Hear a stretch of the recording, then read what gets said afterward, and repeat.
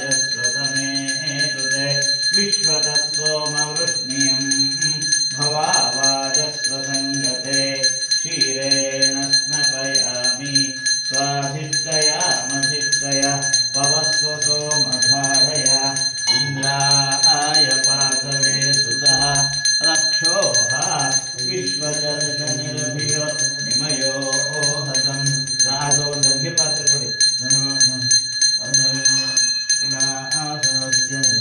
स्वाधिष्ठयामधिष्ठया पवस्व सोमधारया इन्द्राय पार्थवे सुतः रक्षोः विश्वदर्शनिरभियो निमयो हतं दातमो भवमम्हिष्टो वृत्रहन्तमः परशिलाधो मघोनाम् अभ्यर्षमहानां देवानां प्रीतिमन्धसा अभिवादमुतश्रवाः स्वामिच्छाचरामसि सविदग्धं दिवे दिवे इन्दोत्वेन आजसाः पुनातिते परिस्रतं सोमं सूर्यस्य दुहिता वारेण शश्वतासनाः समीमन्वी समर्य आगृह्णन्ति योषणो दशा स्वधारः पार्ये दिवि समीं हिन्वन्त्यग्रुवो धमन्ति बाहुरं ऋतिं त्रिधातुवारणं मधो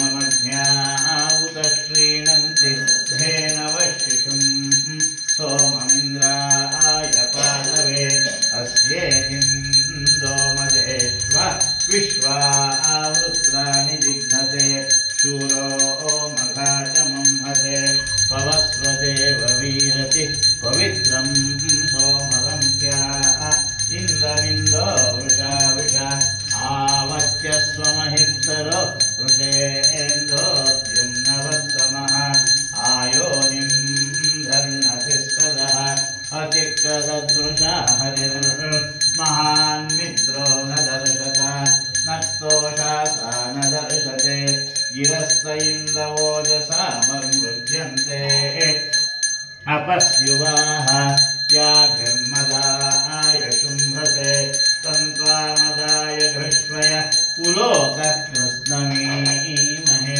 तव प्रशस्तयो वलीः ॐ सद्यो जातं प्रपद्यामि सद्यो जाताय वै नमो नमः भवे भवेनाति भवे भवस्व मां भवोद्भवाय नमः वामदेवाय नमो ज्येष्ठाय नमः श्रेष्ठाय नमो रुद्राय नमः कालाय नमः कलविकरणाय नमो बलविकरणाय नमो बलविकरणाय नमो बलाय नमो बलप्रमथनाय नमः सर्वभूतदमनाय नमो मनोन्मनाय नमः क्षीरस्नानानन्तरे शुद्धोदकस्नानं समर्पयामि ॐ दधिग्राम्नो अकारिशं जिष्णोर्श्वस्य वारिणः सुरभिनो मुखाकरप्रण आयोः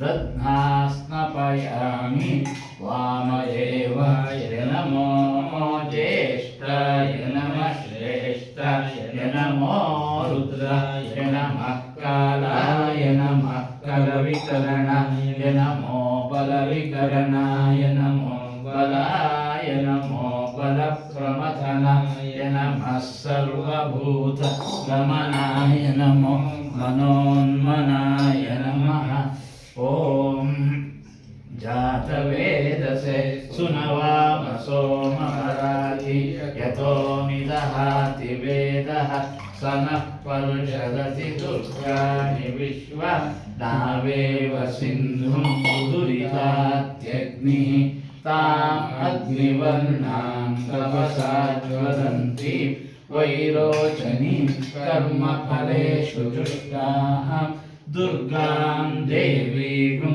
शरणमहं प्रपद्ये सुतरशितरसे नमः। ॐ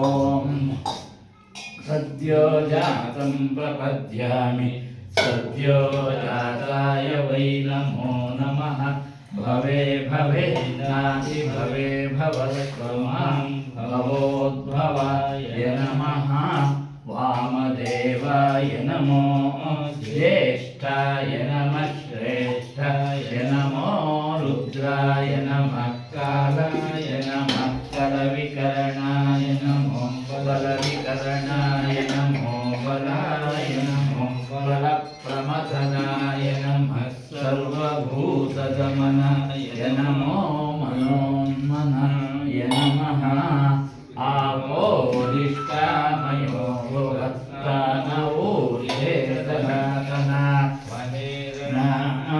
चक्षसे यो वशिवतमोरसस्तस्य भाजयते हनः उषतीव मातरः तस्मारङ्गमामवो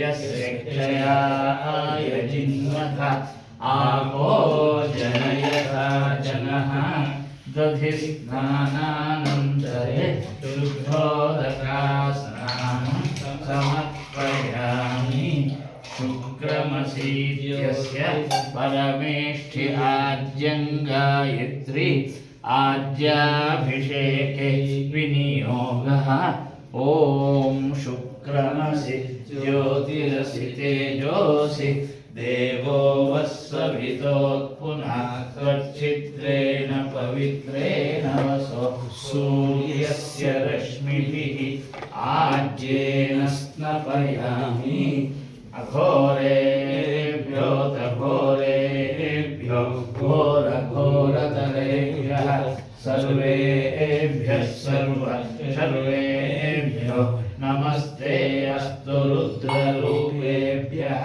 आज्यस्नानानन्तरे शुद्धोदकास्नानं समर्पयामि मधुवातारुधायते मधुक्षरन्ति सिन्धवः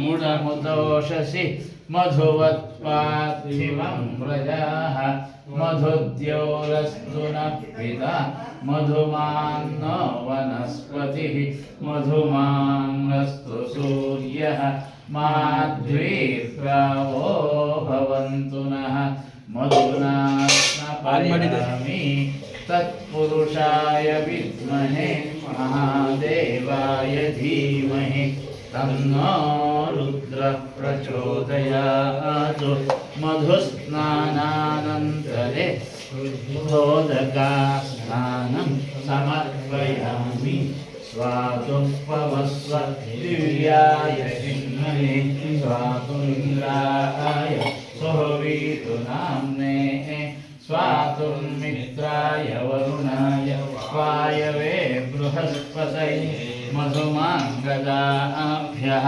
शर्करया स्नपयामि ईशानः सर्वविद्यानाम् ईश्वरः सर्वभूतानां ब्रह्माधिपतिर्ब्रह्मणोऽधिपति ब्रह्मा शिवो मे अस्तु सदा शिवो या परिनीर्य अफला अपुष्पाः याश्च पुष्पिणीः बृहस्पतिः प्रसूसा तानो मुञ्चन्तपुंहसः फलोदकेन स्नपयामि ॐ भवाय देवाय नमः ॐ शर्वाय देवाय नमः ॐ ईशानाय देवाय नमः ॐ पशुपते देवाय नमः ॐ रुद्राय देवाय नमः ॐ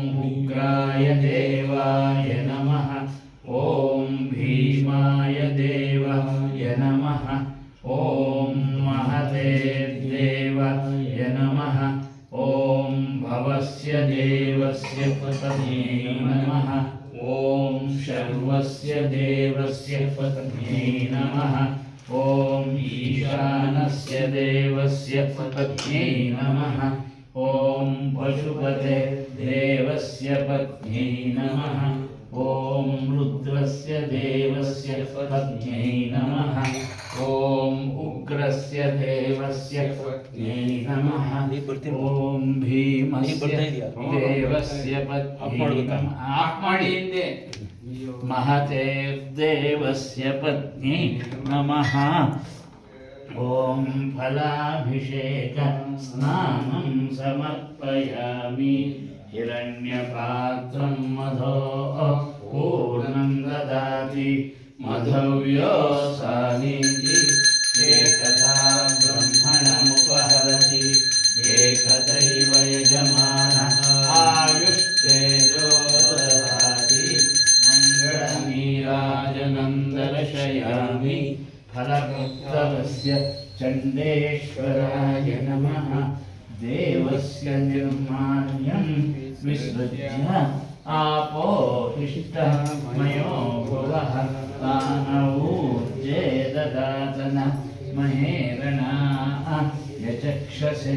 यो वश्वतमोरसः तस्य भाजयते नः। उषतीरिव मातरः तस्मादङ्गमामवो। यस्य क्षयाय जिन्मथ आपो जनयतातनः। मलपञ्चामृत स्नानानन्तरे शुद्धोदका स्नानं समर्पयामि। भद्रं कर्णेभिः शृणुयाम देवाः। भद्रं पश्येमाक्षभिर्यजत्राः। स्थिरैरङ्गैस्तुष्टुवागुंसस्तनूभिः व्यशेम देवहितं यदायुः। स्वस्ति न इन्द्रो वृद्धश्रवाः। स्वस्ति नः पूषा विश्ववेदाः। स्वस्ति नस्ताक्ष्यो अरिष्टनेमिः। स्वस्ति नो बृहस्पतिर्ददातु। ॐ शान्तिः शान्तिः शान्तिः। नमस्ते गणपतये। त्वमेव प्रत्यक्षं तत्त्वमसि। त्वमेव केवलं कर्तासि। त्वमेव केवलं भर्तासि। त्वमेव केवलं हर्तासि। त्वमेव सर्वं कल्विदं ब्रह्मासि। त्वं साक्षादस्मासि नित्यं कृतं वच्मि। सत्यं वच्मि अवत्वं अववक्तारम् अवश्रोतारम् अवदातारम् अवधातारम् अवानुजानमवशिष्यम् अवपश्चात्तात् अवपुरस्तात् अवोत्तरात्तात् अवदक्षिणात्तात् अवचोद्ध्वात्तात् अवाधरात्तात्। सर्वतो मां पाहि पाहि। त्वं वाङ्मयस्त्वं चिन्मयः। त्वमानन्दमयस्त्वं ब्रह्ममयः। त्वं सच्चिदानन्दद्वितीयोऽसि। त्वं प्रत्यक्षं ब्रह्मासि। त्वं ज्ञानमयो विज्ञानमयोऽसि। सर्वं जगदिदं त्वत्तो जायते। सर्वं जगदिदं त्वत्प्रतिष्ठति। सर्वं जगदिदं त्वयि लयमेष्यति। सर्वं जगदिदं त्वयि प्रत्येति। त्वं भूमिरापो नलो निलो नभः। त्वं चत्वारि वाक्पदानि। त्वं गुणत्रयातीतः। त्वं देहत्रयातीतः। त्वं कालत्रयातीतः। त्वं मूलाधारः स्थितोऽसि नित्यं। त्वं शक्तिस्त्वयात्मकः। त्वां योगिनो ध्यायन्ति नित्यं। त्वं ब्रह्मा त्वं विष्णुस्त्वं रुद्रस्त्वमिन्द्रस्त्वमग्निस्त्वं वायुस्त्वं सूर्यस्त्वं चन्द्रमास्त्वं ब्रह्म भूर्भुवस्वरो। गणादीन् पूर्वमुच्चार्य वर्णादीन् तदनन्तरम् अनुस्वारः परतरः। अर्धेन्दुरसितं तारेण लुब्धम्।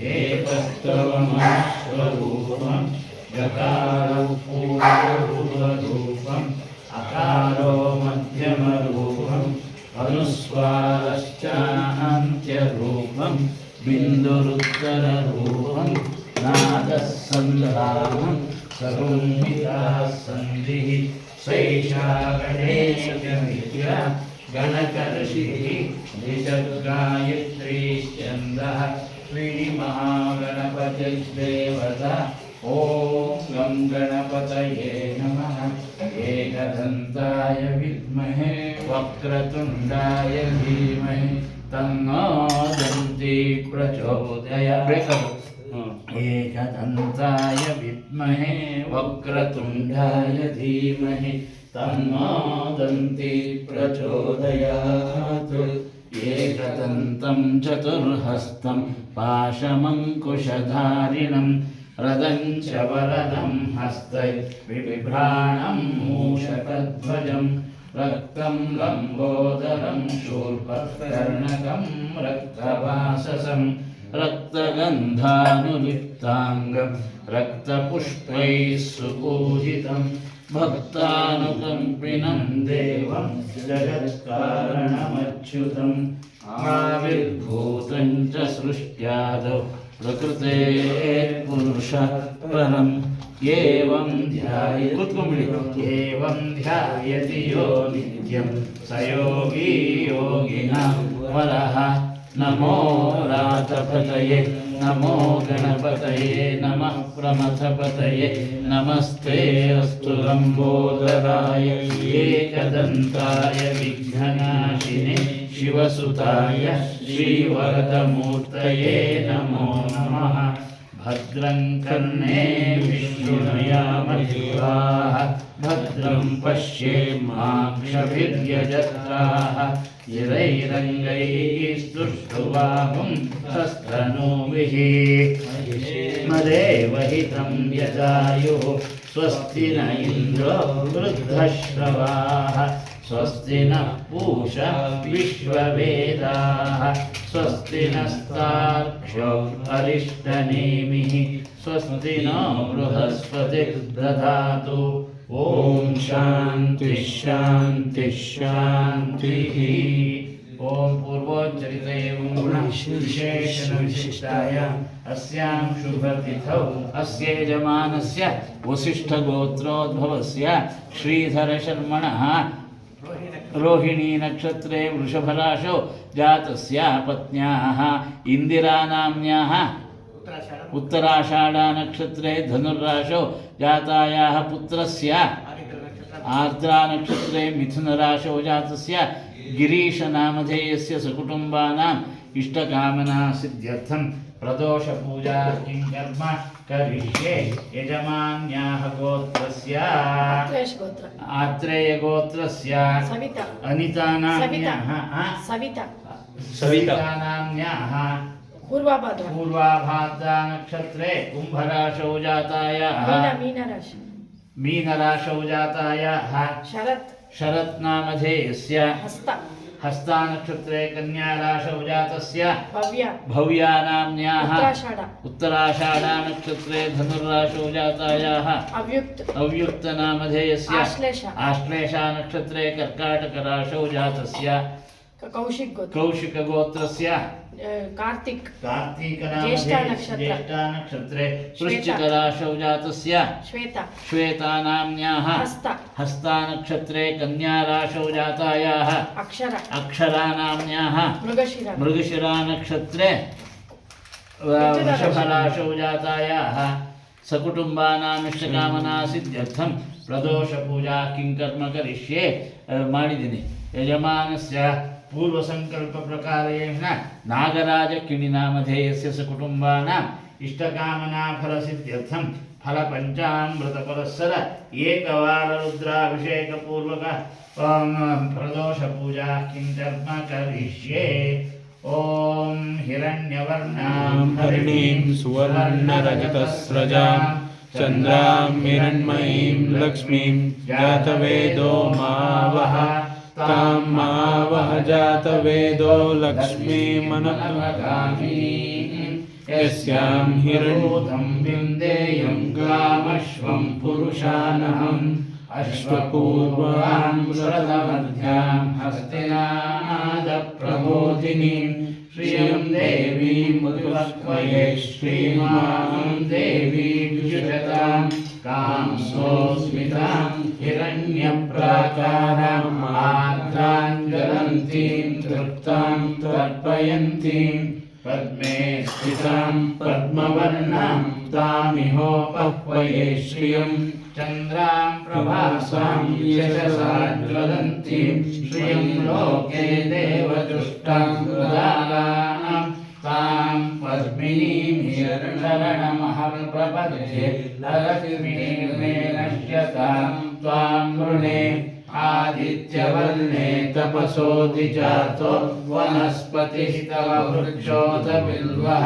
तस्य फलानि तपसा वदन्तु मायान्तरायाश्च बाध्या अलक्ष्मीः उपयतु मां देव सकर्कीर्तिश्च मणिना सह प्रादर्भूतोऽसु राष्ट्रेऽस्मिन् कीर्तिवृद्धिं ददातु मे श्रुतिपिपासामलां ज्येष्ठां लक्ष्मीर्नाशयाम्यहम् अभूतिमसमृद्धिं च सर्वां निरद मे गृहात् गन्धद्वारान् दुरादर्शान् नित्यपुष्टां करीषिणीं ईश्वरीं सर्वभूतानां तामिहोपह्वये श्रियम् मनसः काममाभूतिं वाचस्तस्य महीमहे पशूनां रूपमन्यस्य मयश्रीश्रियतां यशः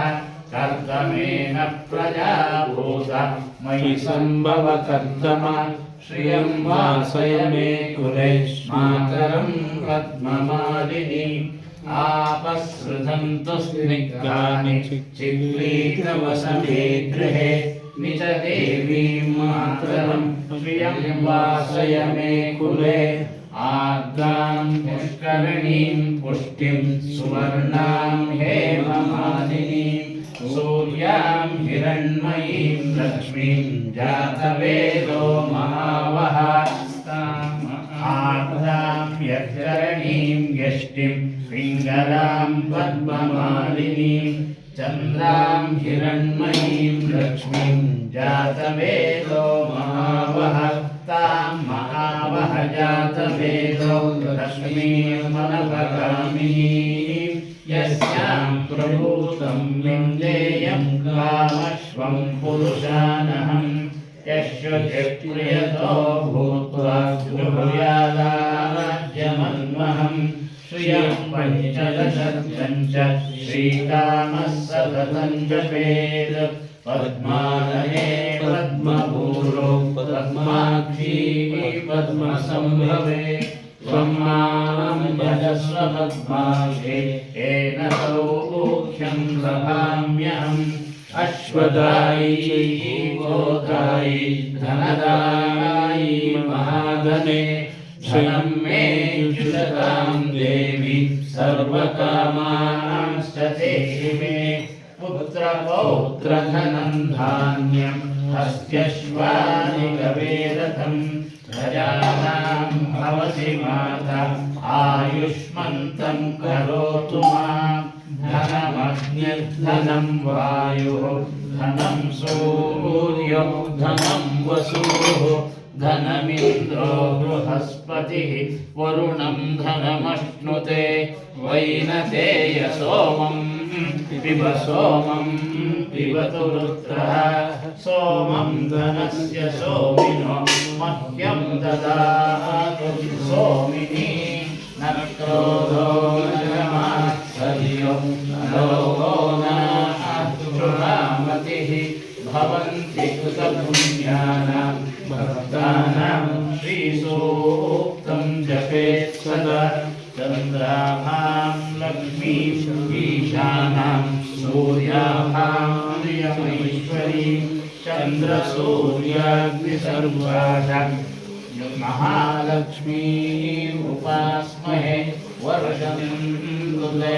विभावरीयो अभृतस्य विद्युताः रोहन्तु सर्वबीजान्यवस्त्रं हर्षिषो जहि पद्मप्रिये पद्मिनि पद्महस्ते पद्मालये पद्मदलाय साक्षी विश्वप्रिये विष्णुमनोनुकूले त्वत्पादपद्मं मयि सन्निधस्व या सा पद्मासनस्था विपुलकटितटी पद्मपस्त्राय साक्षी गम्भीरावस्तनाभिस्तनभरनमिता शुभ्रवस्त्रोत्तरीया लक्ष्मीर्गजेन्द्रैर्मणिगणखचितैः स्नापिता हेमकुम्भैः नित्यं सा पद्महस्ता मम वसतु गृहे सर्वमाङ्गल्ययुक्ता लक्ष्मीं क्षीरसमुद्रराजतनया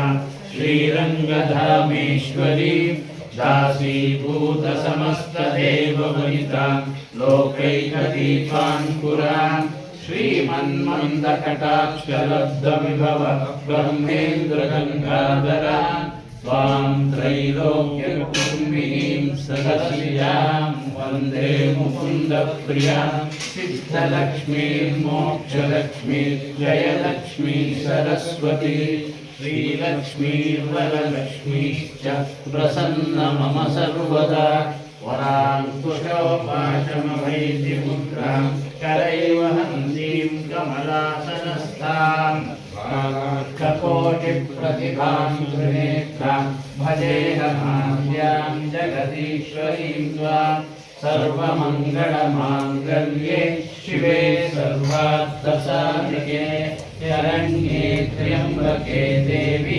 नारायणि नमोऽस्तुते महालक्ष्मी च विद्महे विष्णुपत्नी च धीमहि तन्नो लक्ष्मी प्रचोदयात् सत्त्वमिव यत्र धीरा मनसा